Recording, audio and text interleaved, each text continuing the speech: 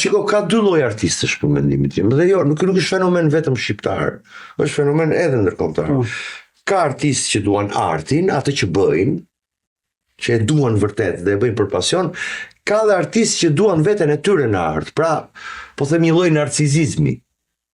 Që unë jam aktor, unë jam këngëtar, unë kam like, red carpet. Për mua këto nuk kam pikë vlerë. Për mua ka shumë vlerë ajo që them me atë që bëj. Domethënë nuk është se ka vlerë. Ajo është një treguesmo, patjetër, ajo të miklon një çik në shpirt, po nuk punoj për atë. Domethënë sot është kjo mania e followersave, që në fund fare është më tepër ka të bëj me shumë gënjen veten e them. Po edhe sikur, më tepër ka të bëj me këtë rozën, çka ka veshur, si është veshur, ku i bën pushimet e tjerë, që për mua s'kam pikë rëndësie. Për ti ka rëndësi drejta vet. Për mua s'kam pikë rëndësie, që nganjëherë i mashtron edhe vetë artistët për çka janë artistët.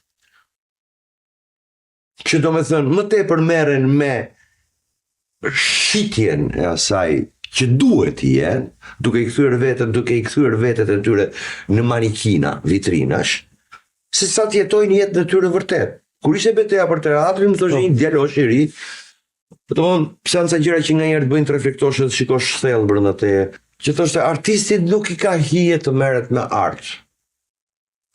Më bëri të reflektoj, dhe thash, pse mendon kështu? Artisti nuk i ka hije të merret me politikë, më fal. Politik, po. Po. Ndërkohë që Zelenski artist. Okej, ja ka marrë juridik, po është marrë me art. Rama, artist. Ronald Reagan ka qenë aktor. Ke pas plot aktorët, zonja dhe zotërit nderuar në parlamentin shqiptar. Dhe thash, pse ka këtë opinion?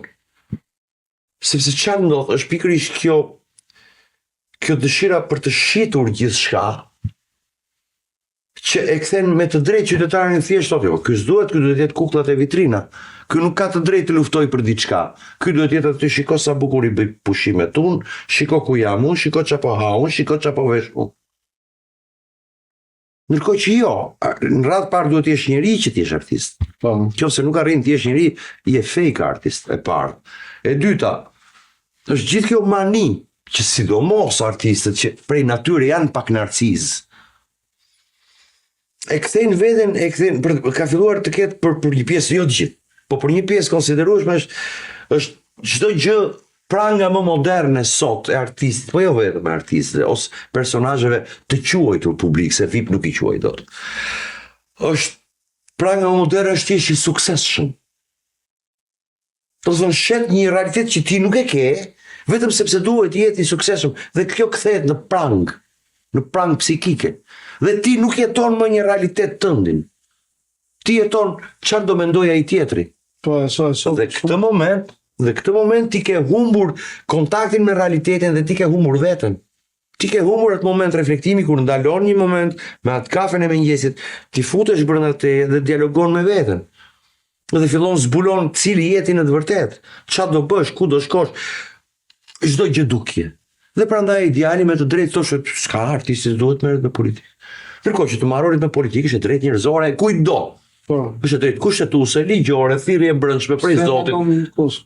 Pse mendon ta ideal? Pikërisht sepse tash ti një pjesë e madhe artistëve më tepër projektojnë veten e tyre në art se sa bëjnë një prodhim të mirë artistik.